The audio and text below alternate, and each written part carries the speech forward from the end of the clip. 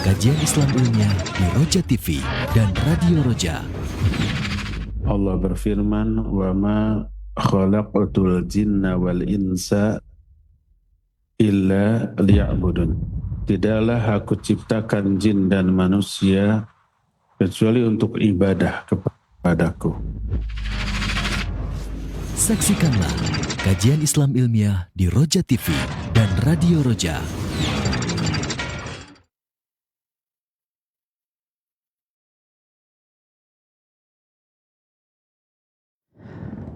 Assalamualaikum warahmatullahi wabarakatuh. Alhamdulillah wassalatu wassalamu ala Rasulillah wa ala alihi wa sahbihi wa mawala. Saudaraku seiman dan seakidah sahabat Roja dimanapun Anda berada, masih bersama dengan kami di saluran tilawah Al-Quran dan kajian Islam. Dan di kesempatan Jumat sore ini kembali kami hadirkan sebuah kajian ilmiah yang kami pancarluaskan dari Masjid Agung Al-Ukhuwah Kota Bandung, Jawa Barat bersama Ustadz Abu Haidar As-Sundawi hafizahullah ta'ala. Dan kembali dalam kesempatan ini kita akan mengkaji kitab Al-Qaulul Farid Fawaid ala Kitabit Tauhid dengan sebuah judul pembahasan nilai tauhid dalam penyembelihan. Saudaraku seiman dan seakidah, kami ajak Anda untuk menyimak kajian ini dan juga berpartisipasi dalam tanya jawab. Anda dapat mengirimkan pertanyaan Anda melalui pesan WhatsApp di nomor 0218236543. Baiklah, untuk selanjutnya kita akan langsung simak nasihat dari Al-Ustadz Abu Haidar As-Sundawi hafizahullah ta'ala. Kepada Al-Ustadz, falyatafaddal maskura wa mahjura. Bismillahirrahmanirrahim. Assalamualaikum warahmatullahi wabarakatuh. Alhamdulillahi rabbil alamin wa bihi nasta'in ala umuri dunya waddin wal aqibatul muttaqin wa la udwana illa ala zalimin wa ashhadu an la ilaha illallah al malikul haqqul mubin wa ashhadu anna muhammadan abduhu wa rasuluh sadiqul wa'dil amin wassalatu wassalamu ala asyrafil anbiya'i wal mursalin wa ala alihi wa ashabihi ajma'in wa man tabi'ahum bi ihsanin ila yaumiddin wa ba'd. Hadirin jamaah Masjid Agung Al-Ukhuwah Bandung, para pendengar radio Tarbiyah Sunnah Bandung, pendengar radio Roja di beberapa kota dan radio-radio lain, pemirsa Roja TV dan juga TV-TV lain, juga para netizen di mana saja Anda berada. Alhamdulillah kita kembali berjumpa melanjutkan kajian kitab Al-Qaulul Farid Fawaid ala Kitabit Tauhid. Kita sedang membahas bab menyembelih. Salah satu ayat yang menyuruh menyembelih karena Allah adalah surah Al-Kautsar. Kata Allah, "Inna a'tainakal kautsar fasholli lirabbika wanhar." Sesungguhnya kami telah memberikan Al-Kautsar kepadamu, maka salatlah kamu karena Allah. Nggak boleh karena atau kepada yang lain. Ruku, sujud, berdiri, salat untuk Allah. Wanhar, dan menyembelih pulalah karena Allah. Ini menunjukkan salat dan menyembelih ibadah yang agung, yang hanya boleh ditujukan kepada Allah. Dari ayat ini ada setidak-tidaknya 8 faidah. Pertama, wujubu syukri ni'matillahi azza wa jalla, wa min a'zami ma yashkurullaha alaih at-tauhid. Walidha ja'atil ayah masdaratun bil fa', yakni as-sababiyah ay bisababi ita'ina lakal kautsar Sholli li rabbika wanhar. Fa idza aradta an takun syakiran lillahi fa'alaika an taquma bitauhid. Faidah pertama, ayat ini menerangkan wajibnya mensyukuri nikmat Allah. Dan ungkapan syukur yang paling agung kepada Allah adalah tauhid. Karena itu dalam ayat ini digunakan huruf fa sababiyah. Fa yang mengandung arti sebab. Inna a'tainakal kautsar, sungguhnya kami telah memberikan nikmat yang banyak kepadamu, maka ini bermakna sebab. Karena sebab kami telah memberikan nikmat yang banyak kepadamu, maka sholatlah dan menyembelihlah hanya untuk Allah. Sholat dan menyembelih ini ungkapan syukur atas nikmat Allah. Dan ungkapan syukur yang paling agung itu mentauhidkan Allah dalam hal sholat dan menyembelih. Jadi kalau kita ingin bersyukur kepada Allah, tauhidkan Allah Azza wa Jalla. Inilah faidah pertama. Kedua, annal kautsar al-madhkur huna jaa tafsiru fi hadithi qala innahu nahrun fil jannah. Wa qala ba'dul mufassirin huwal khairul katsir la tanaqud. Fa innan nahar minal khairil katsir alladhi a'tahu Allahu azza wa jalla li rasulih. Adapun al-kautsar yang dimaksud dalam ayat ini disebutkan dalam hadis, Nabi menyatakan kautsar itu sungai di surga. Allah berikan sungai itu kepada Nabi SAW. Sebagian mufassir menyatakan al-kautsar artinya nikmat yang banyak. Kedua pendapat ini tidak bertolak belakang, tidak tanakud, tidak kontradiktif, tapi saling melengkapi. Karena apa? Karena sungai di surga termasuk salah satu di antara sekian banyak nikmat yang Allah berikan kepada Nabi SAW. Sebagaimana firman Allah, "Wala sawfa yu'tika rabbuka fatarda." Allah pasti akan memberikan beragam nikmat kepadamu, lalu kamu ridho, senang. Pasti akan itu nanti di akhirat. Makanya pakai saufa. Saufa itu artinya akan, tapi nanti waktunya. Berbeda dengan sa'af'alu. Saya akan kerjakan segera kalau pakai sa. Tapi kalau saufa nanti. Karena itulah maka nikmat yang Allah berikan kepada Nabi SAW kebanyakannya nanti di akhirat. Di dunia mah Nabi banyaknya menderita dengan beragam jenis penderitaan. Kata Allah, "Wala sawfa yu'tika rabbuka fatarda." Pasti Allah akan memberikan beragam nikmat kepadamu yang sangat banyak, lalu pasti kamu ridho nanti. Termasuk salah satu kenikmatan yang Allah akan berikan nanti adalah Al-Kautsar. Nama sungai di surga selain beragam kenikmatan lainnya. Ketiga, anna hadhil ayah dzakaratil ibadatal badaniyah wa hiya shalah wal ibadatal maliyah wa hiya nahar. Ayat ini menerangkan dua jenis ibadah. Pertama, ibadah badaniyah yaitu sholat. Fasolli, sholatlah kamu. Ini ibadah yang dilakukan oleh badan. Dan ibadah maliyah yang dilakukan oleh harta. Harus ada harta yang dikorbankan, yaitu menyembelih. Kalau sholat tidak ada pengorbanan harta, tapi ada ikhtiar badan. Berdiri, ruku, sujud, duduk, bacaan-bacaan, gerakan-gerakan.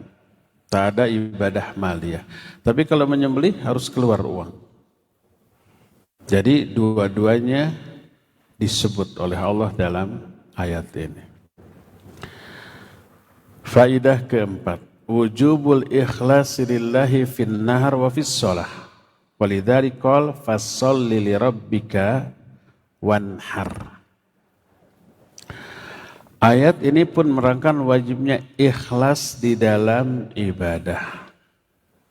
Disebut dua jenis ibadah salat dan menyembelih bukan hasr, bukan hanya dua jenis ibadah aja yang wajib ikhlas, bukan. Ini mimbabil amthal, hanya permisalan dari semua ibadah. Semua ibadah wajib ikhlas. Wa ma umiru illa liya'budullaha mukhlishina lahuddin.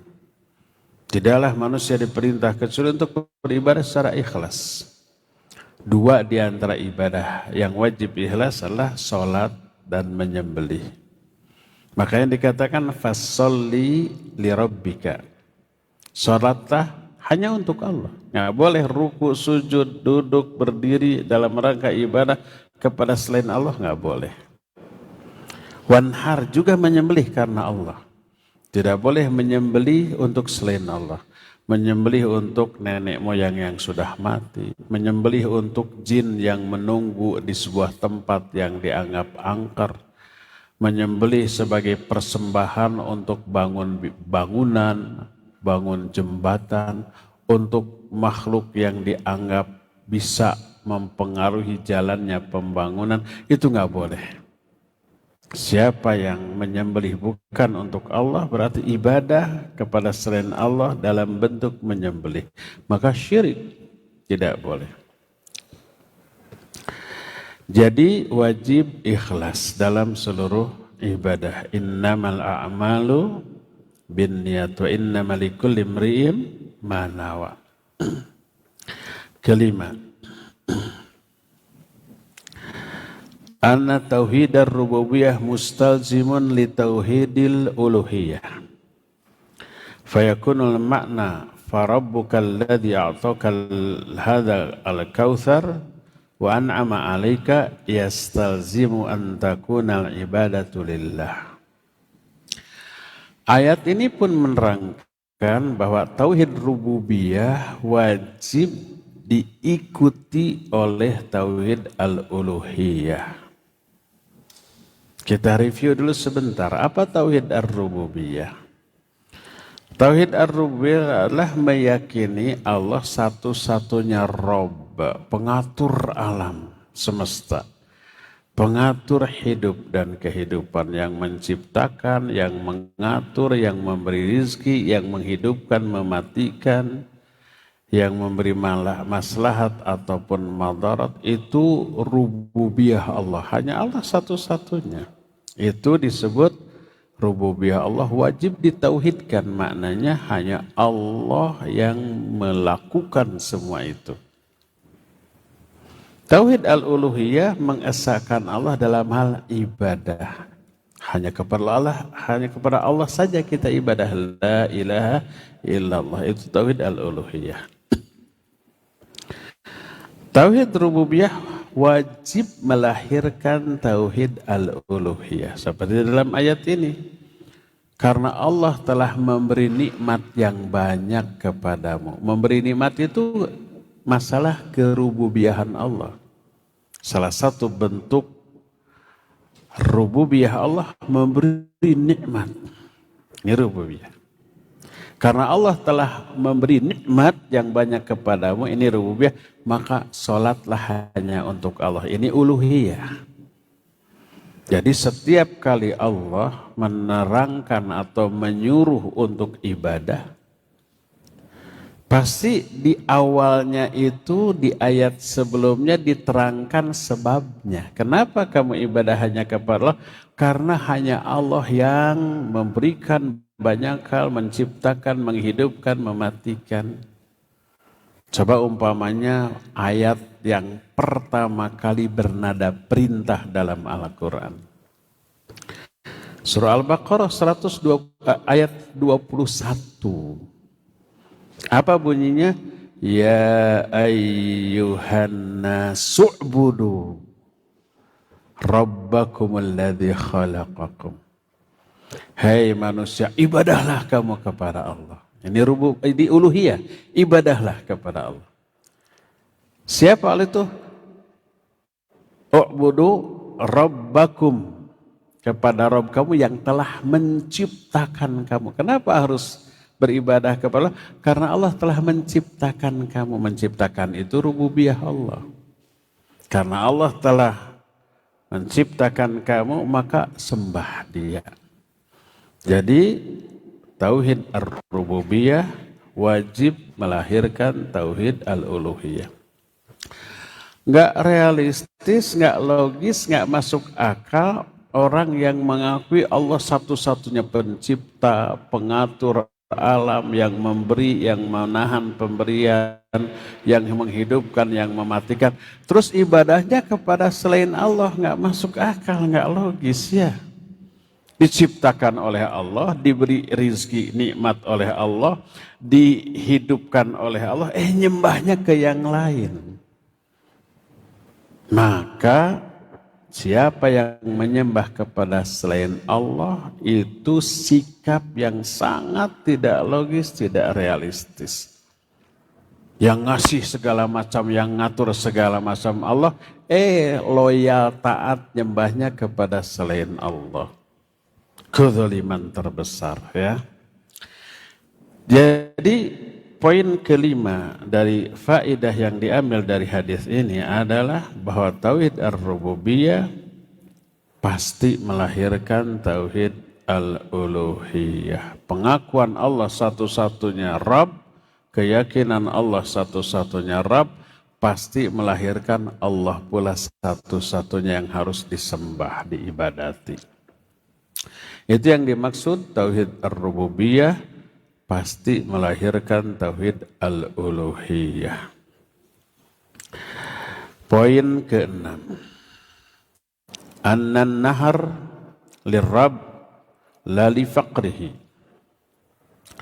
Wa innama huwa li faqri ibadihi fayataqarrabu ilaihi bihadhil ibadah li faqrihim hatta yughniyahumullahu azza wa jalla fi dunyahum wa fi ukhrahum.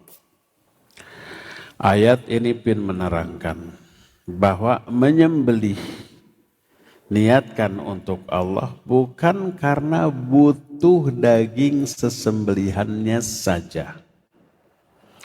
Kalau toh kita butuh daging sesembelihan, itu hanya dalam rangka bisa bertaqarrub kepada Allah Azza wa Jalla. Supaya lebih berkualitas ibadahnya. Tanpa makanan, tanpa minuman kita nggak punya tenaga, lemas, nggak maksimal ibadahnya.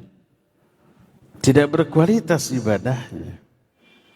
Maka kita cari semua penopang ibadah, makanan, minuman, tempat, sarana, fasilitas, semua kita cari untuk menopang ibadah. Sering saya ungkit, rizki dicari untuk mendukung ibadah, bukan mencari rizki sampai melalaikan ibadah.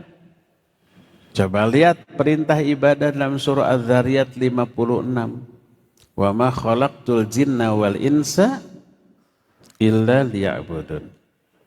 Terus ayat berikutnya apa? La uridu minhum mir rizkin wala uridu ayut'imun. Aku tidak menginginkan rizki kepada manusia dan juga tidak menginginkan mereka memberi makan. Terus innallaha huwar razzaqu dzul quwwatil matin. Allah yang memberi rizki kepada mereka. Allah memberi rizki untuk menopang ibadah. Agar kalian bisa ibadah maksimal, baik, kami siapkan semua fasilitas, kebutuhan yang kalian perlukan untuk ibadah. Termasuk rizki. Rizki dicari dan Allah berikan untuk menopang ibadah. Jangan sampai karena mencari rizki, ibadah malah dilalaikan, terbalik. Karena itulah maka niatkan mencari rezeki itu untuk menopang ibadah, bukan untuk melalaikan ibadah. Karena itu Allah berfirman dalam surah Al-Hajj 37 ketika Allah menerangkan tentang kurban. Apa kata Allah? La yanalallaha luhumuha wala dima'uha walakin yanaluhu taqwa minkum. Yang sampai kepada Allah dari kurbanmu bukan dagingnya, bukan darahnya, tapi yang sampai itu ketakwaan yang melandasi ibadah kurbanmu. Kalau landasannya takwa, pertama ikhlas, tidak akan sayang. Kedua, pasti yang terbesar, terbagus. Kita bercermin kepada dua anak Adam. Id taqarraba qurbanan fatuqubbila min ahadima wa lam yutaqabbal minal akhar. Ingat ketika dua orang anak Adam berkurban. Satu dengan yang paling bagus, dengan yang paling besar. Yang satu lagi dengan yang paling kecil. Karena sayang dengan uangnya. Yang paling besar diterima, yang paling kecil ditolak. Walaupun melaksanakan. Maka dalam melakukan ibadah jangan asal melaksanakan. Ini anak Adam tadi melaksanakan kurban tapi yang terkecil ditolak oleh Allah. Padahal dia bisa memberi yang lebih besar. Makanya jamaah kalau kurban atau apapun jangan bertanya kepada panitia berapa yang termurah. Ada 3 juta nih termurah. Ada yang enggak yang 2 juta, itu sudah termurah aja ditawar. Padahal budget untuk berkurban 10 juta juga bisa dia. Bila perlu tanya ke panitia berapa sih yang termahal? Ada 8 juta, cari yang 20 juta, ada enggak? Kalau budgetnya bisa sampai sana, cari kambing terbesar, termahal. Kalau kita mampu beli yang seperti itu. Itu kalau yang melandasinya apa? Ketakwaan. Tapi kalau yang melandasinya bukan ketakwaan, tadi hitung-hitungan harga. Jadi yang sampai ke bawah bukan dagingnya, bukan darahnya, ketakwaan.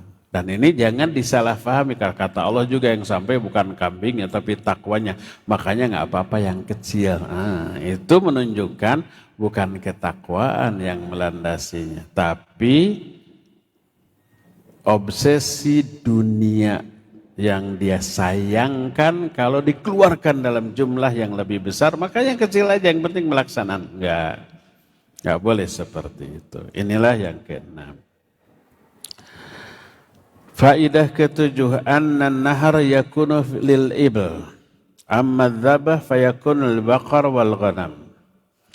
Fayakunu at-ta'bir bin nahr la ya'ni anna dzabah yakhruju min hadha li'anna ma jaza nahruhu jaza dzabhuhu wa ma jaza dzabhuhu jaza nahruhu. Secara bahasa nahr artinya menyembelih, tapi ditujukan kepada unta. Kalau unta disembelih namanya nahr. Tapi kalau sapi, kambing, ayam bukan nahr tapi dzabh. Dzabh artinya menyembelih. Nahr juga menyembelih.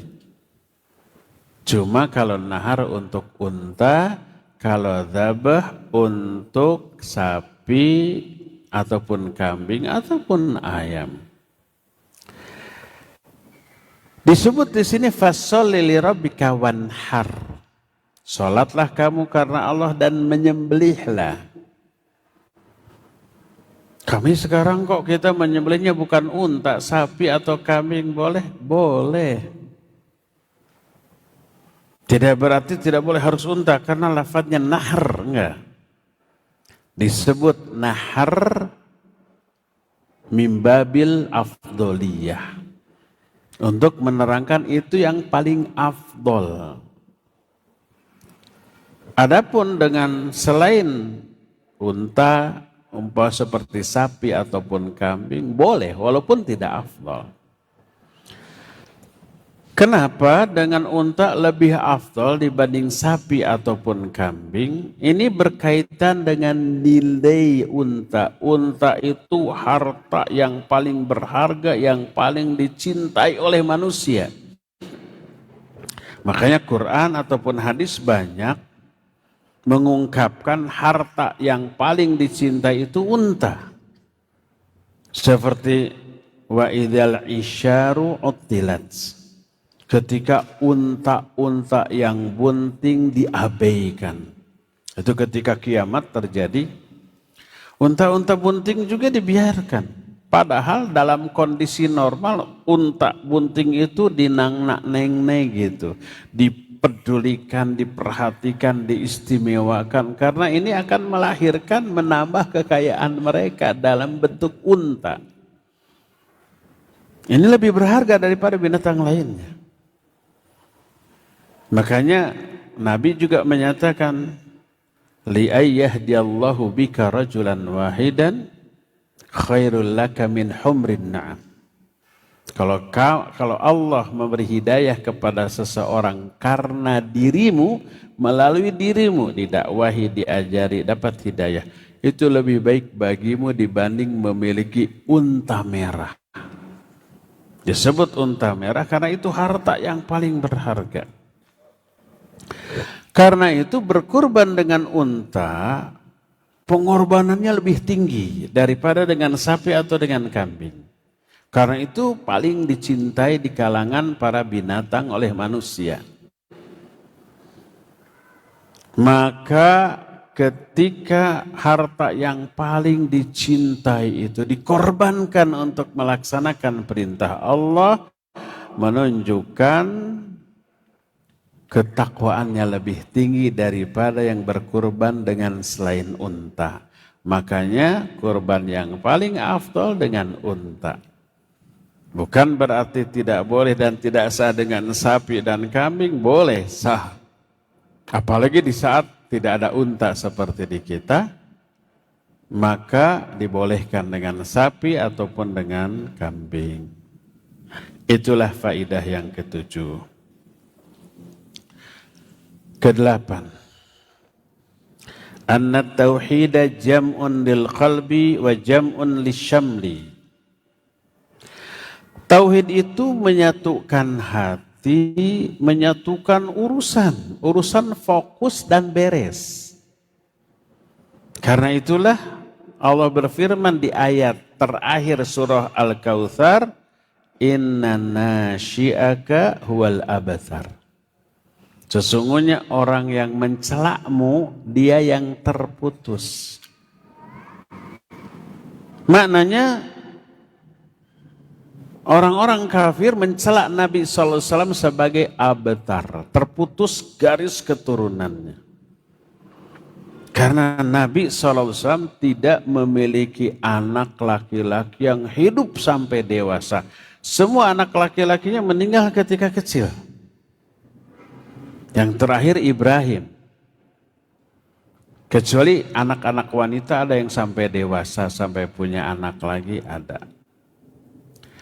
Tapi itu pun meninggal sebelum Nabi wafat. Kecuali satu, yaitu Fatimah. Nabi wafat, Fatimah masih ada. Tapi 6 bulan setelah Nabi wafat, Fatimah pun meninggal. Adapun laki-laki semua meninggal, terputus garis keturunannya, disebut abtar. Itu celaan orang kafir. Allah membalas dengan memutus garis keturunan anak-anak orang kafir. Orang kafir memiliki anak, tapi kemudian anak-anak tokoh kafir mereka masuk Islam dan menjadi musuh bagi bapaknya. Abu Jahal tuh punya anak. Waktu perang Badar, perang Uhud masih jadi musuh. Siapa namanya? Ikrimah bin Abu Jahal. Waktu perang Uhud dia jadi komandan perang pasukan sayap kiri dengan Khalid bin Walid di sayap kanan. Pasukan berkuda, pasukan kavaleri. Tapi kemudian masuk Islam, menjadi musuh bagi bapaknya. Dan banyak lagi orang-orang kafir yang terputus hubungan dengan anaknya karena anaknya kemudian menjadi muslim dan menjadi musuh bagi bapak-bapaknya. Maka dikatakan fadalla ala anna syirka syattat wa anna tauhid ijtima. Syirik memecah belah. Orang tuanya syirik, anaknya muslim, putus hubungan. Atau sebaliknya, orang tuanya muslim, anaknya musyrik, putus hubungan. Allah menyatakan la tajidu qauman yu'minuna billahi wal yawmil akhir yuwadduna man hadallaha wa rasulah walau kana aba'uhum.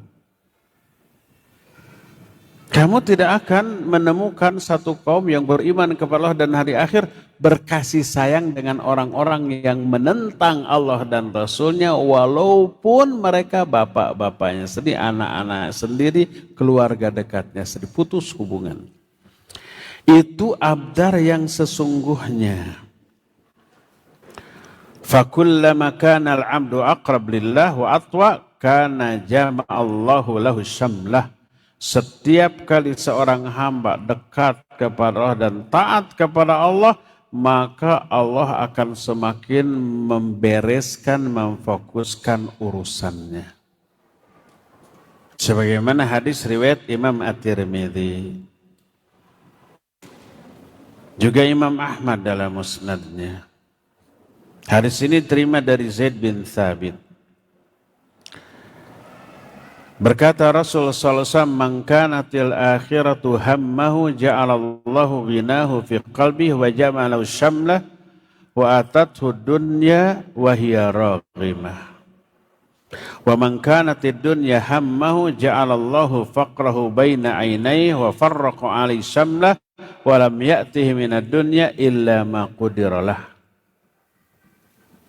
Kata Rasul SAW, siapa orang yang menjadikan akhirat sebagai cita-citanya. Jadikan cita-cita hidup kita bahagia di akhirat. Siapa yang demikian, Allah akan berikan kecukupan, merasa selalu cukup dalam hatinya dengan semua yang Allah berikan. Allah fokuskan semua urusannya, dibereskan oleh Allah. Dan dunia akan mengejarnya dalam keadaan dunia itu hina dalam pandangannya. Ini resep agar kita diburu oleh dunia, bukan memburu dunia lalu dunia lari meninggalkan kita. Kejar akhirat, dunia mengejar kita dalam keadaan dunia itu hina dalam pandangan kita. Sebaliknya, siapa orang yang menjadikan dunia sebagai cita-citanya, Allah akan jadikan kefakiran di dalam hatinya. Maksud fakir itu selalu butuh. Walaupun dunia yang dimiliki sudah melimpah. Hartanya banyak. Kekuasaannya tinggi, pangkatnya, jabatannya tinggi, pengikutnya banyak. Selalu merasa kurang dan khawatir yang dimilikinya itu berkurang atau hilang. Inginnya bertambah. Coba orang yang biasa punya uang 10 miliar, lalu hilang 5 miliar. Dia tersisa 5 miliar lagi. Stres dia, seperti kehilangan semuanya. Stres, sedih itu. Padahal uangnya ada 5 miliar lagi. Beda dengan kita mah umpamanya biasa 100-200 ribu gitu ya. Ada yang ngasih 50 ribu, alhamdulillah uang jadi 250 ribu. Merasa kaya, merasa tenang, tentram. Itu tadi orang masih punya 5 miliar. Tadinya 10 miliar, kehilangan 5 miliar. Stres itu, merasa jatuh, bangkrut, miskin, seperti nggak punya apa-apa. Padahal uangnya 5 miliar lagi. Itu juga terjadi bagi orang yang punya uang triliunan, 10 triliun. Tiba-tiba mengalami kerugian 5 triliun, tinggal tersisa triliun lagi. Itu merasa sengsara, merasa miskin, merasa habis kekayaannya. Padahal 5 triliun lagi tuh. Bisa membeli negara itu. Itu karena apa? Allah memberikan kefakiran. Fakir itu butuh. Padahal yang dimilikinya sudah melimpah. Karena apa? Dia menjadikan dunia sebagai cita-citanya. Siapa orang yang menjadikan dunia sebagai cita-citanya, Allah berikan kefakiran dalam hatinya. Terus wa farraqa ali syamlah, Allah cerai-beraikan urusannya. Pikirannya enggak fokus. Bayangkan orang punya beberapa usaha, punya beberapa perusahaan. Pikirannya terpecah, terbelah. Ingat ke perusahaan di sana, ingat usaha di situ, ingat urusan ini. Enggak fokus, stres dia. Padahal semua perusahaannya maju. Memberikan keuntungan bukan hanya tiap bulan, tiap hari. Membikin sebuah produk yang laku gitu, untungnya paling 1.000, 2.000 dari satu barang, tapi diproduksi jutaan. Jadi walaupun 1.000, 2.000 yang laku umpah 1 juta kan sudah 1 miliar, 2 miliar ya keuntungan per hari ya tetap. Bayangkan. Jadi untung semua tapi hatinya enggak fokus. Walam ya'tihi minad dunya illa ma qudiralah, dan dunia tidak akan mendatanginya kecuali yang sudah ditakdirkan untuknya. Jadi lihat bagaimana perbedaan kondisi hidup orang yang menjadikan akhirat sebagai cita-citanya, kesengsaraannya, kemiskinannya tidak membuat dia stres. Nggak apa-apa saya sengsara, susah di dunia, tapi bahagia di akhirat. Itu lebih tenang, tentram, nyaman dibanding banyak kekayaan, tapi lalai akhirat, stres dengan kekayaannya, jabatannya, pangkatnya, kekuasaannya, dan yang lain-lainnya ya. Inilah ayat pertama tentang menyembelih. Kedua, hadis dari Ali bin Abi Thalib radhiyallahu anhu. Haddatsani Rasulullah sallallahu alaihi wasallam bi arba'i kalimat. Rasul sallallahu alaihi wasallam memberitahukan kepadaku 4 kalimat. Kalimat pertama, berkata Rasul sallallahu alaihi wasallam, la'anallahu man dzabaha li ghairillah. Allah melaknat orang yang menyembelih untuk selain Allah. Ini kalimat pertama, dilaknat. Kedua, wa la'anallahu man la'ana walidayh. Allah melaknat orang yang melaknat kedua orang tuanya. Bisa langsung, bisa tidak langsung. Langsung dengan bicara melaknat orang tua, dasar orang tua terkutuk, dasar laknat, dasar ina, seperti itu tuh. Atau tidak langsung. Tidak langsung itu dia melaknat orang tua kawannya.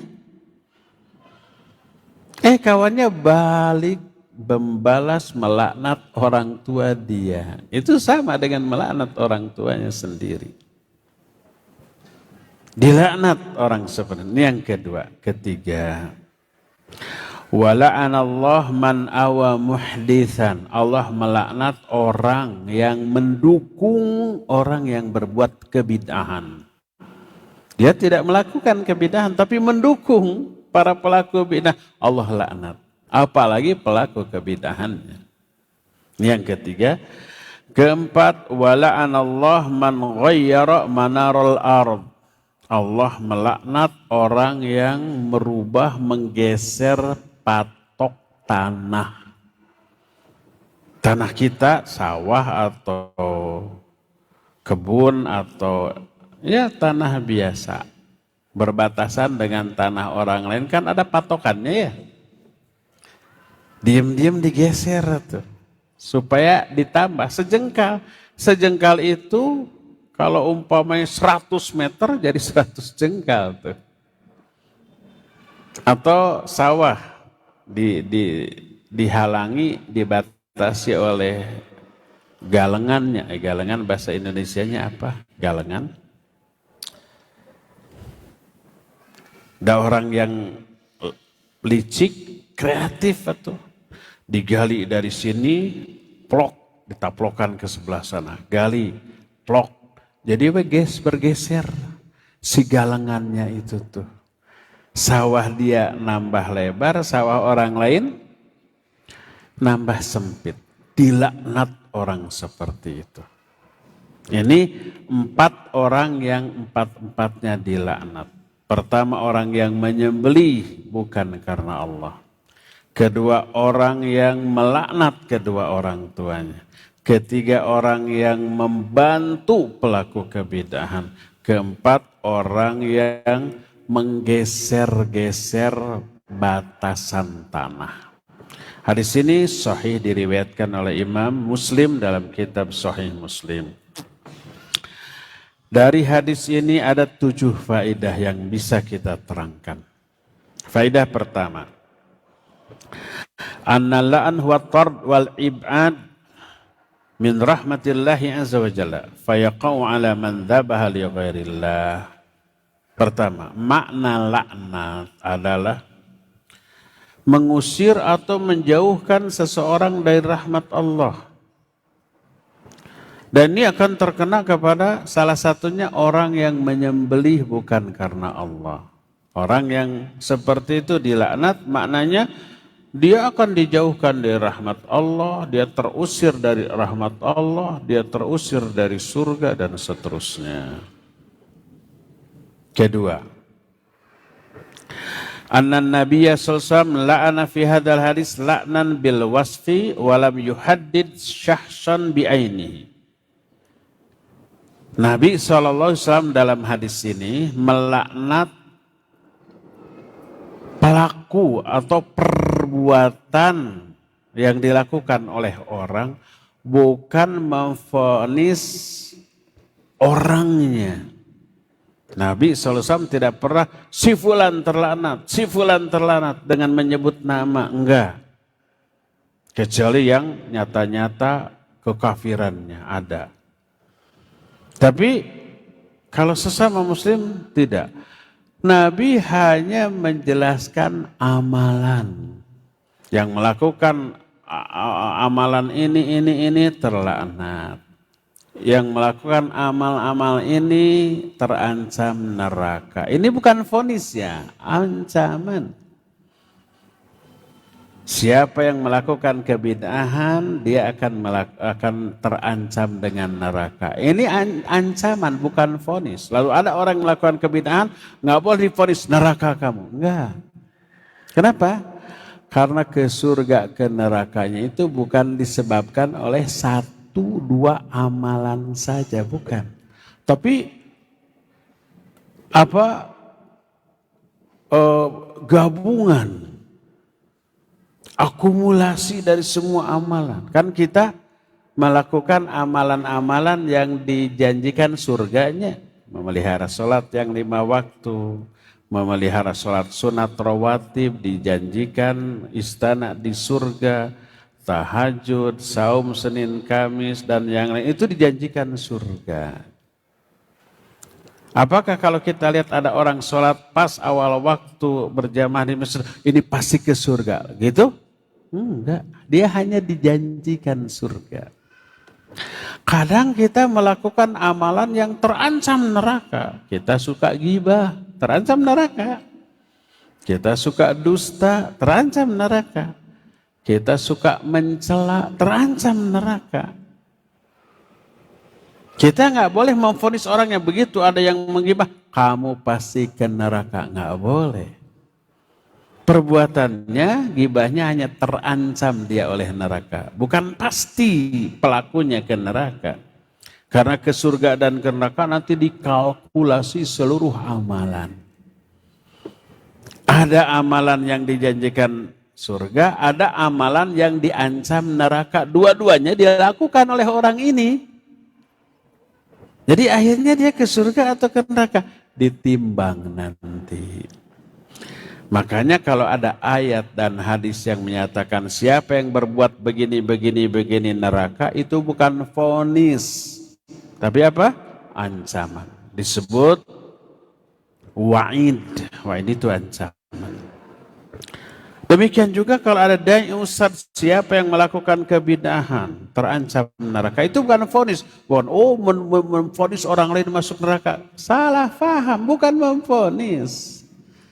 Sama dengan siapa yang memelihara sholat sunat rawatib, dia dijanjikan oleh Allah dibangunkan satu istana di surga. Bukan berarti pasti dia ke surga. Enggak, itu hanya dijanjikan. Lalu ke surga, ke neraka itu akumulasi dari semua amalan lalu ditimbang. Itu. 4 orang yang disebutkan dilaknat oleh Allah, oleh Nabi hanya dijelaskan perbuatannya. Yang melakukan perbuatan ini terlaknat. Terancam dengan azab. Mungkin pasti kena azab? Belum pasti. Mungkin tobat sebelum mati atau terhapus dengan amal-amal baiknya, terhapus oleh musibah, terhapus oleh doa ampunan dari orang lain, atau karena rahmat Allah Azza wa Jalla, ya. Nanti dikalkulasi di akhir hayatnya. Jadi Nabi SAW tidak memvonis orangnya, tapi menjelaskan perbuatannya. Maka berkata Syekhul Islam Ibn Taimiyah, laknat seperti takfir, fa innal kufra khabarun wal la'an insya min anwa'ihi ad-du'a. Wal kalam indal balaghah imma insya'an wa imma khabaran. Fal khabar huwa takfir wal insya' alladhi huwa du'a huwa la'an. Kata Syekhul Islam Ibn Taimiyah, seperti takfir. Takfir itu menuduh kafir orang lain. Itu kalau siapa yang melakukan begini-begini kufur. Itu bukan mengkafirkan pelakunya. Tapi orang yang berbuat begitu terancam dengan ancaman yang diberikan kepada orang kafir. Bukan berarti pasti kafir. Dan banyak hadis kata Nabi Sallallahu alaihi wasallam, sibabul muslim fiskun wa qitaluhu kufrun. Mencela sesama muslim fasik, memeranginya adalah kufur. La tarji'u ba'di kuffaron yadribu ba'dukum riqaba ba'd. Jangan kalian kembali kepada kekufuran sepeninggalku, yaitu sebagian kalian memenggal kepala sebagian yang lain. Membunuh itu kufur. Kalau ada pembunuh tuh membunuh orang lain, apakah pelakunya pasti kafir? Enggak. Sama dengan orang melakukan perbuatan syirik. Apakah pelakunya langsung divonis musyrik? Tidak. Sahabat meminta dzatu anwat. Ya Rasulullah, ij'al lana dzata anwat kama lahum dzatu anwat. Ya Rasulullah, buatkan bagi kami dzatu anwat. Tuh mereka juga punya dzatu anwat. Apa kata Nabi SAW? Kalian telah meminta kepadaku seperti permintaan umat Musa kepada Musa, ij'al lana ilahan kama lahum aliyah. Buatkan bagi kami satu patung sesembahan. Seperti mereka punya banyak sesembahan. Itu minta patung syirik itu. Minta dzatu anwat sama dengan minta patung syirik. Apakah oleh Nabi divonis kalian sudah musyrik, hayo syahadat lagi? Apakah begitu? Tidak. Diberitahu. Kenapa mereka tidak dikafirkan dengan perkataannya? Karena kebodohan, karena ketidaktahuan. Cukup dikasih tahu. Lihat, harus dibedakan antara ayat dan hadis yang mengancam neraka dengan vonis sebagai ahli neraka bagi pelakunya, dua hal yang berbeda, ya. Ada ayat dan hadis yang mengancam ke neraka bagi pelaku kebid'ahan? Iya. Ayatnya jelas, umpama surah An-Nur 63. Falyahdharil ladzina yukhalifuna an amrihi an tusibahum fitnatun aw yusibahum adzabun alim. Orang yang menyimpang dari sunnah Nabi alias melakukan kebid'ahan dalam beragama, hendaklah takut mereka akan ditimpa fitnah di dunia dan diazab yang pedih di akhirat. Nabi pun dalam hadis sahih riwayat Bukhari Muslim menyatakan, iyyakum wa muhdatsatil umur fa inna kulla muhdatsatin bid'ah wa kulla bid'atin dhalalah wa kulla dhalalatin finnar. Jauhi perkara-perkara baru dalam agama. Setiap perkara baru bid'ah, setiap bid'ah sesat, setiap sesat neraka. Itu ancaman bukan vonis. Jangan sampai kalian menganggap selain kalian ahli neraka. Itu keliru, salah paham, karena memahami perkataan orang dengan asumsi yang dia bangun sendiri dalam otaknya, yang berbeda dengan asumsi orang yang menjadi lawan pendapatnya, berbeda ya. Jadi Nabi SAW menyatakan dilaknat pelaku dari keempat perbuatan tadi.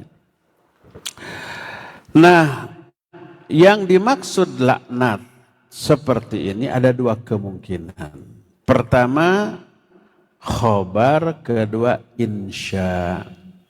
Maksud khobar, informasi, berita bahwa orang itu dilaknat. Kedua, insya atau doa. Nabi mendoakan, ya Allah laknat 4 orang yang melakukan hal tersebut. Apakah orang yang didoakan laknat pasti orang itu terlaknat? Ternyata tidak. Jangankan doa kita. Nabi SAW waktu perang Uhud berdarah-darah sampai 4 giginya retak. Beliau tahu ada 4 tokoh yang langsung menyakitinya tuh. Dalam keadaan berdarah, beliau sholat sebagai orang yang didolimi, yang disakiti, sebagai nabi, manusia terbaik, lalu di dalam sholat amalan terbaik, lalu berdoa mendoakan laknat kepada 4 orang. Allahumma alaika bifulan, Allahumma alaika bifulan, Allahumma alaika bifulan.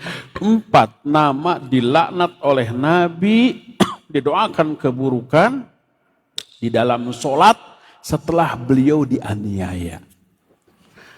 Coba, pertama seorang nabi doanya dikabul. Kedua, orang yang dizolimi doanya dikabul. Ketiga, dalam sholat Nabi dikabul lagi. Apa yang terjadi? Turun ayat yang menegur Nabi SAW. Dalam surah Ali Imran 128 Allah menyatakan, laisa laka minal amri syai'un aw yatuba alaihim aw yu'adzibahum fa innahum zalimun. Tidak ada urusanmu sedikit pun dalam perkara ini, hai Muhammad. Atau mungkin Allah akan membuat mereka tobat, atau Allah mengazab mereka karena mereka zalim. Itu urusan Allah. Ditegur Nabi SAW. Apa yang terjadi? 4 orang yang namanya disebut dalam doa keburukan dalam sholat Nabi SAW, Allah kasih hidayah, masuk Islam dan bagus keislamannya. Bayangkan 4 orang yang sudah menganiaya Nabi didoakan laknat dalam sholat oleh seorang Nabi yang dianiaya. Apa yang terjadi? Ditegur oleh Allah.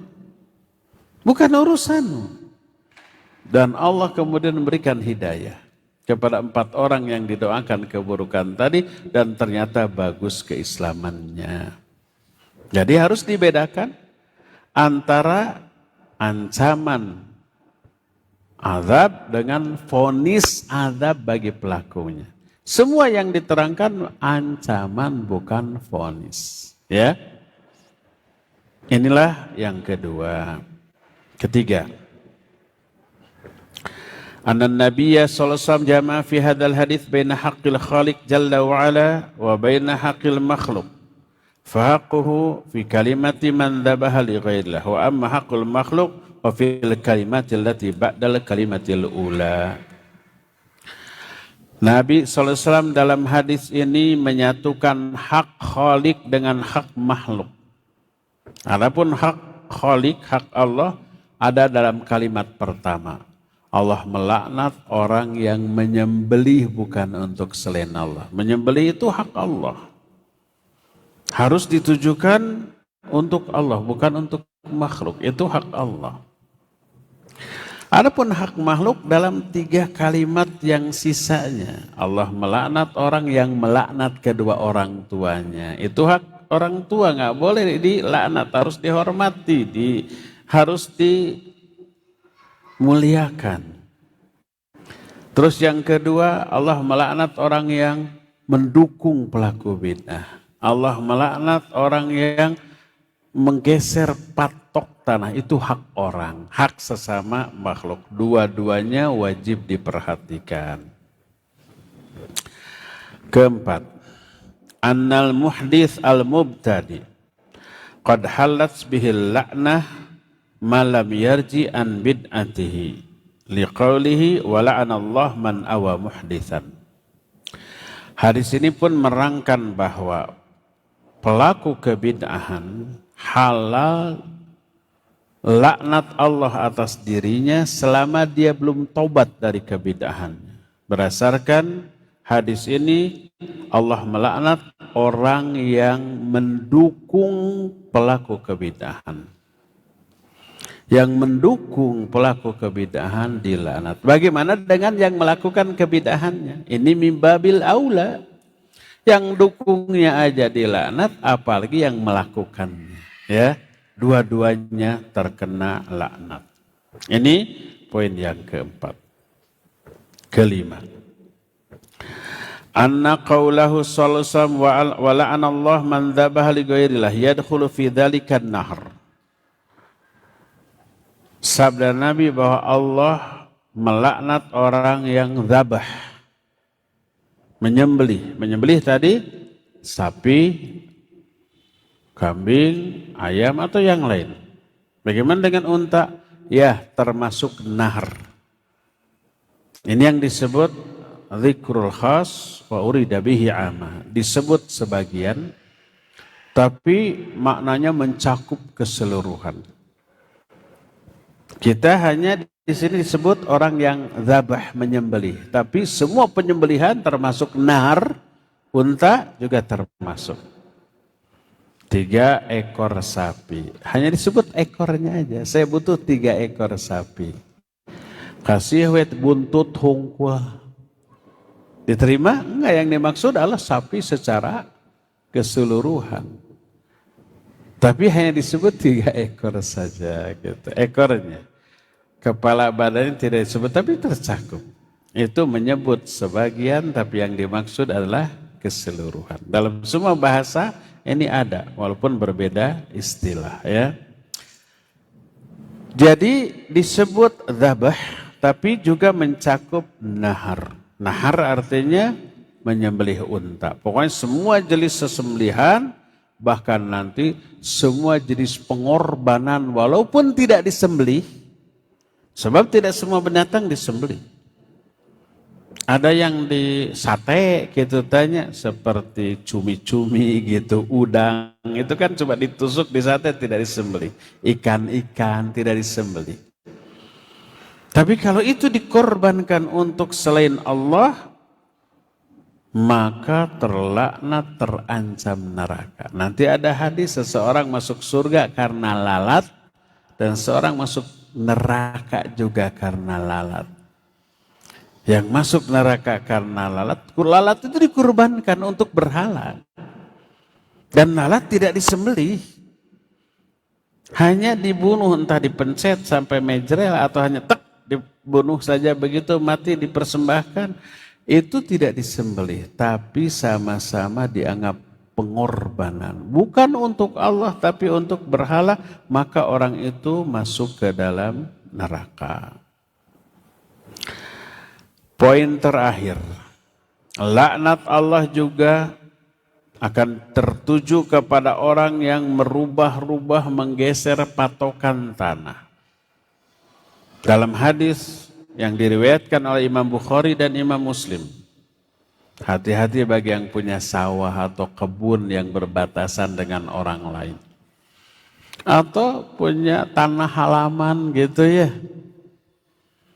Terus batasan antara dia dengan tanah orang itu ingin kita pagar tembok. Memagarnya itu ngambil tanah orang di tembok. Kalau tembok kan bisa 10 sentian gitu ya. Harusnya pas batasan tanah kita dengan tanah orang lain, temboknya itu ke bagian dalam tanah kita. Ini ke bagian luar tanah kita, masuk tanah orang. Akhirnya yang tertembok oleh tembok kita diklaim sebagai milik kita. 10 senti, nggak banyak. Tapi kalau panjangnya 100 meter, 100 kali 10 kan 1000 meter jadinya ya. 1000 meter tuh harganya berapa kalau di dalam kota? Nabi SAW menyatakan, man iqtata'a shibran minal ard zulman tawwaqahullahu iyyahu yaumal qiyamah min sab'il ardhiyin. Siapa orang yang mencuri sejengkal tanah orang karena zalim, Allah akan timpukan kepada dia pada hari kiamat tanah 7 lapis tanah. Ditimpukan kepada dia, dikuburkan kepada dia, diurukan kepada dia pada hari kiamat nanti. Yang diambilnya sejengkal. Tapi azabnya lihat ya. Nah, ini menunjukkan keharaman perbuatan itu dan orang yang melakukannya terlaknat. Inilah 4 orang yang terkena laknat Allah. Pertama, yang menyembelih bukan untuk Allah. Kedua, yang mencela kedua orang tua. Ketiga, yang membela pelaku kebid'ahan. Dan yang keempat, yang menggeser-geser patok tanah dia. Ya, cukup ya sore hari sampai di sini, dan kita masih punya sisa waktu untuk tanya jawab ini. Biasa untuk pendengar dan pemirsa TV dan Radio Roja yang akan dipandu oleh Abu Lukman di studio Radio Roja Cilengsi. Dipersilakan Abu Lukman. Wa sallallahu ala nabiyina Muhammadin wa ala alihi wa ashabihi wasallam. Mangga. Jazakallahu khairan kami sampaikan kepada Ustadz Abu Haidar As-Sundawi hafizahullah ta'ala yang telah membimbing kita di kajian sore hari ini langsung dari Masjid Agung Al-Ukhuwah Kota Bandung, Jawa Barat. Dan untuk berikutnya kita akan angkat beberapa pertanyaan yang telah masuk melalui pesan WhatsApp. Dari yang pertama Ustadz dari hamba Allah, sekaligus juga pertanyaan yang mirip dari Bapak Gazi di Padarek Majalengka. Pertanyaannya Ustadz terkait dengan apa yang dilakukan oleh penyembelih musiman Ustadz dan juga para pejagal di rumah potong hewan. Apakah mereka bisa untuk menanamkan nilai tauhid Ustadz dalam penyembelihan ini, dan keyakinan dan keteguhan apa yang harus dimiliki oleh mereka? Tafadhol Ustadz. Ya, barakallahu fiik. Ada pejagalan, tempat disembelihnya sapi atau kambing atau ayam untuk dipasarkan, untuk dijual. Rata-rata orang sekarang menyembelih binatang baik ayam ataupun sapi ataupun kambing untuk dimakan. Boleh apa tidak? Tentu saja boleh. Tidak terlarang. Untuk itulah mereka Allah ciptakan. Allah Azza wa Jalla menyatakan dalam Al-Quran, di antara dalam surah Yasin, awalam yarau anna khalaqna ma amilat aidina an'aman fahum laha malikun wa dhallalnaha lahum faminha rukubuhum wa minha ya'kulun. Tidakkah mereka melihat bahwa kami telah menciptakan dengan tangan-tangan kami binatang-binatang ternak, lalu mereka memilikinya. Di antara binatang ternak itu ada yang mereka tunggangi jadi kendaraan, ada juga yang mereka makan. Halal. Untuk itu mereka diciptakan. Lalu niat ketika menyembelih, dua tadi, biar bernilai ibadah. Pertama, menyembelihnya karena Allah. Bukan untuk selain Allah, bukan untuk umpamanya jin, penunggu, ruh-ruh orang yang sudah wafat dari kalangan nenek moyangnya, bukan. Tapi lillah, untuk Allah Azza wa Jalla. Maknanya kita menyembelih karena perintah Allah, karena melaksanakan syariat Allah. Fasholli li rabbika wanhar, inna sholati wa nusuki. Salatku sembelihanku untuk Allah. Salatlah kamu untuk Allah dan menyembelihlah. Itu perintah Allah. Lalu kemudian kita makan dengan niat supaya kita bisa melakukan ibadah secara maksimal dengan apa yang kita makan tadi. Makanan itu memberikan nutrisi, memberikan energi, memberikan kalori, tenaga, stamina kuat. Dan itu lebih memaksimalkan ibadah kualitas ataupun kuantitas kita. Maka orang itu bernilai ibadah, ya. Atau untuk memuliakan tamu, datang tamu, kita ambil kambing, kita sembelih untuk memuliakan tamu. Ya boleh. Ketika menyembelihnya karena perintah Allah. Ketika menghidangkannya untuk melaksanakan syariat Allah, memuliakan tamu. Ya. Maka kalau itu yang menjadi niat, maka menjadi ibadah. Ya. Jadi para penjagal bagaimana niat mereka? Pertama, niat menyembelih karena melaksanakan perintah Allah. Yang kedua, penuhi syarat syariat. Dalam hal penyembelihan harus terputus dua urat di dalam lehernya, urat nafas dan urat jalur makanan. Dua-duanya harus putus, ya. Terus yang ketiganya diniatkan untuk sesuatu yang tidak bertolak belakang dengan syariat. Mungkin untuk nafkah, ya, dijual kemudian dapat untung, keuntungannya diberikan sebagai nafkah istri dan anak-anaknya, atau kepentingan lain yang dibolehkan oleh syariat. Wallahu a'lam bishawab. Silakan lagi. Jazakallahu khairan Ustaz atas penjelasannya. Dan berikutnya Ustaz, kembali kita angkat pertanyaan melalui pesan WhatsApp dari Bapak Firdaus di Riau. Ustaz, ana melarang anak ana untuk mendaftar beasiswa belajar ilmu syar'i dengan 3 alasan Ustaz. Pertama, ingin menanamkan nilai tauhid bahwa rizki itu dari Allah. Kedua, merasa kewajiban anak sebagai orang tua membiayai anak untuk sekolah. Dan yang ketiga, mengibaratkan meminta beasiswa itu seperti meminta-minta Ustaz. Pertanyaan Ustaz, apakah yang anak terapkan ke anak ini salah? Mohon pencerahannya Ustaz. Tafadhol Ustaz. Ya, barakallahu fiik. Pertama, kalau kita mampu mengeluarkan biaya sendiri untuk pendidikan anak-anak kita, itu lebih bagus. Karena uang yang kita keluarkan untuk pendidikan anak kita itu jauh lebih bernilai. Ada nilai pengorbanan di sana. Dan pengorbanan untuk sesuatu yang Allah syariatkan pahalanya jauh lebih banyak, lebih gede. Nanti hisab atas harta kita meringankan kita ketika ditanya, harta kamu gunakan untuk apa? Saya pakai membiayai anak saya agar paham agama, agar hafidh Quran, agar paham tauhid. Itu bagus. Daripada umpamanya kita punya tapi minta ke orang. Atau memanfaatkan penawaran orang, kita tidak minta. Tapi ditawari, mau nggak uang untuk pendidikan anakmu? Oh mau. Boleh, secara syar'i boleh.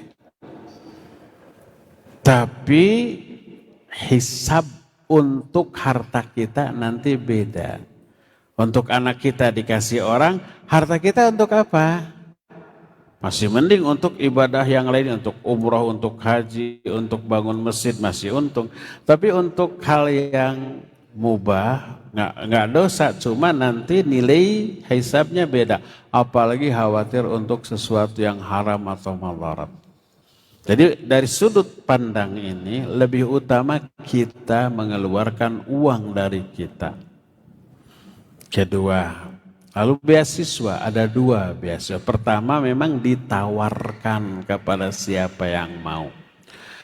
Lalu kita tidak mampu membiayai anak kita, atau mampu tapi pas-pasan dan target yang tercapai tidak sesuai harapan dengan biaya pas-pasan ini.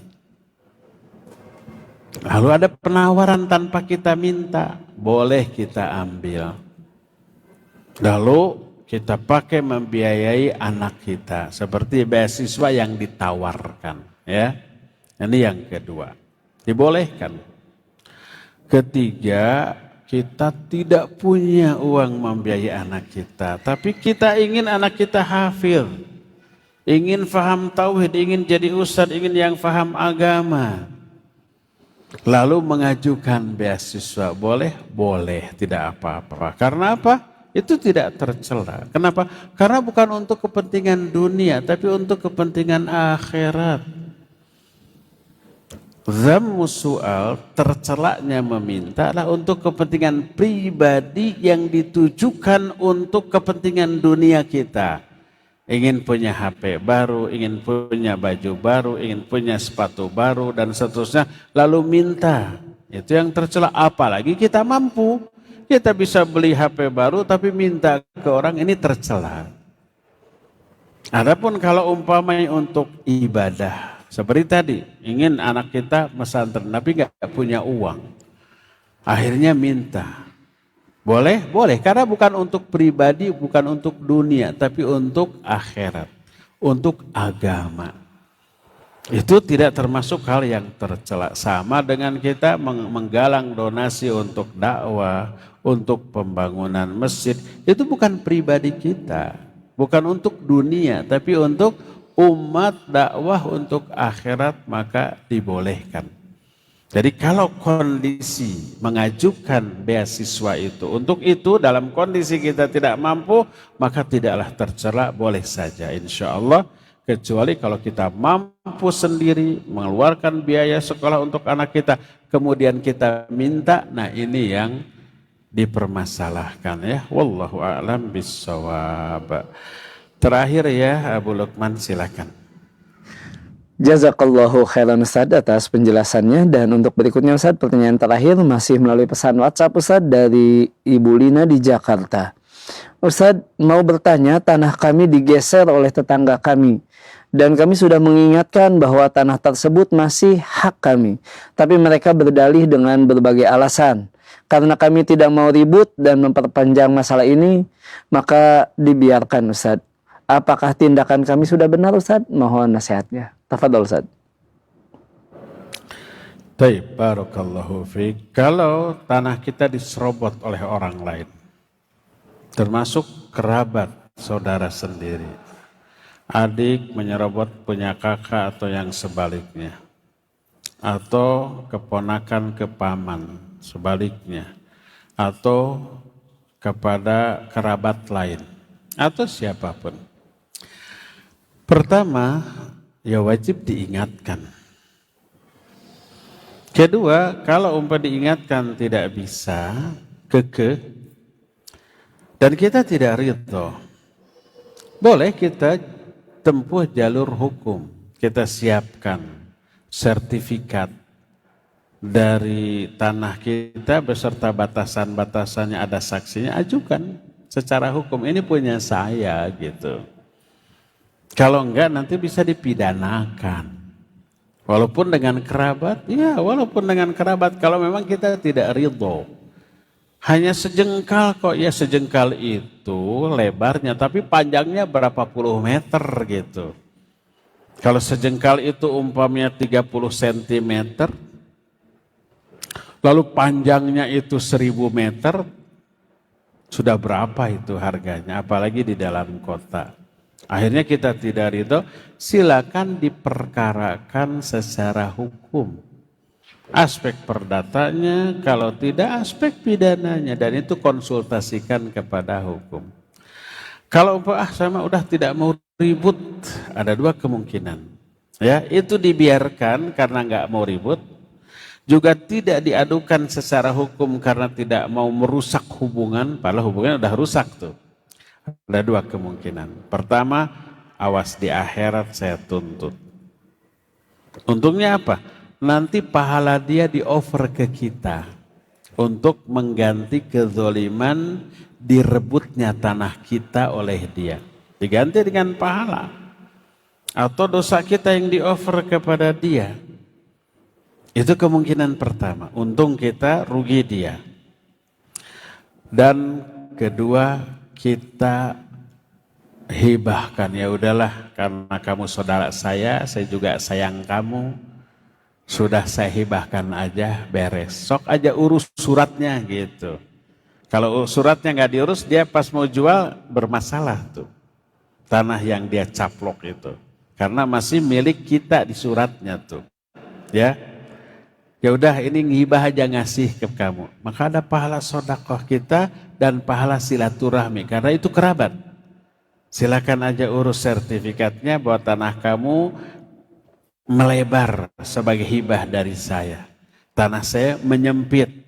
Paling begitu. Kalau dia tidak mengurus surat itu, pas mau menjual tanah yang masih bagian dari sertifikat kita, nggak bisa ikut terjual karena itu masih milik kita. Paling itu yang bisa terjadi ya. Semoga Allah memberikan kemudahan dan semoga Allah tetap menjaga silaturahmi antara kita dengan kerabat kita ya. Cukup sampai di sini, insyaallah nanti kita akan lanjut di hari Jumat yang akan datang. Subhanakallahumma bihamdik asyhadu an la ilaha illa anta astaghfiruka wa atubu ilaik walhamdulillahi rabbil alamin. Wassalamualaikum warahmatullahi wabarakatuh. Waalaikumsalam warahmatullahi wabarakatuh. Kami ucapkan jazakallahu khairan kepada Ustadz Abu Haidar As-Sundawi hafizahullah ta'ala yang telah membimbing kajian kita di Jumat sore ini langsung dari kota Bandung, Jawa Barat. Dan kami ucapkan pula jazakumullahu khairan untuk Anda sahabat Roja dimanapun Anda berada. Semoga kebersamaan kita di sore hari ini mendatangkan ilmu yang bermanfaat. Mohon maaf atas segala kekurangan dan semoga Allah pertemukan kita kembali di kesempatan-kesempatan mendatang. Khususnya bersama Ustadz Abu Haidar As-Sundawi hafizahullah ta'ala di setiap Jumat sore pukul 16 waktu Indonesia bagian Barat. Dari studio kami undur diri. Wassalamualaikum warahmatullahi wabarakatuh.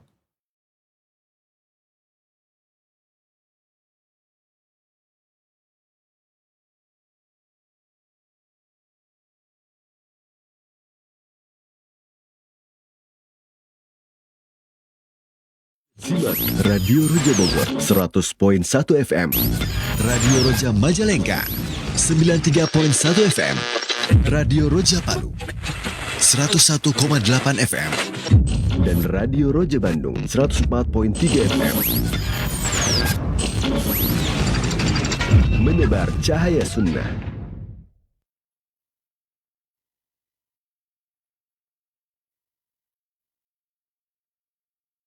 وهي قوله عز وجل إن الله يأمركم أن تؤدوا الأمانات إلى أهلها. Hadirilah Tablik Akbar bersama Syekh Abdul Malik Ramadhani Al-Jazairi Hafizahullah dengan tema Bersikaplah lembut wahai Ahlus Sunnah. Ya ayyuhalladzina amanu ati'u Allah wa ati'u ar-rasul wa ulil amri minkum.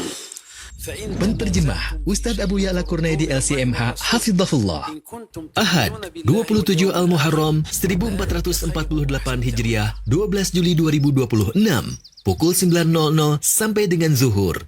Tempat Masjid Jami Al-Barkah, Cilengsi Bogor. Informasi 0822 98000756. Acara ini gratis terbuka untuk umum, ikhwan dan akhwat.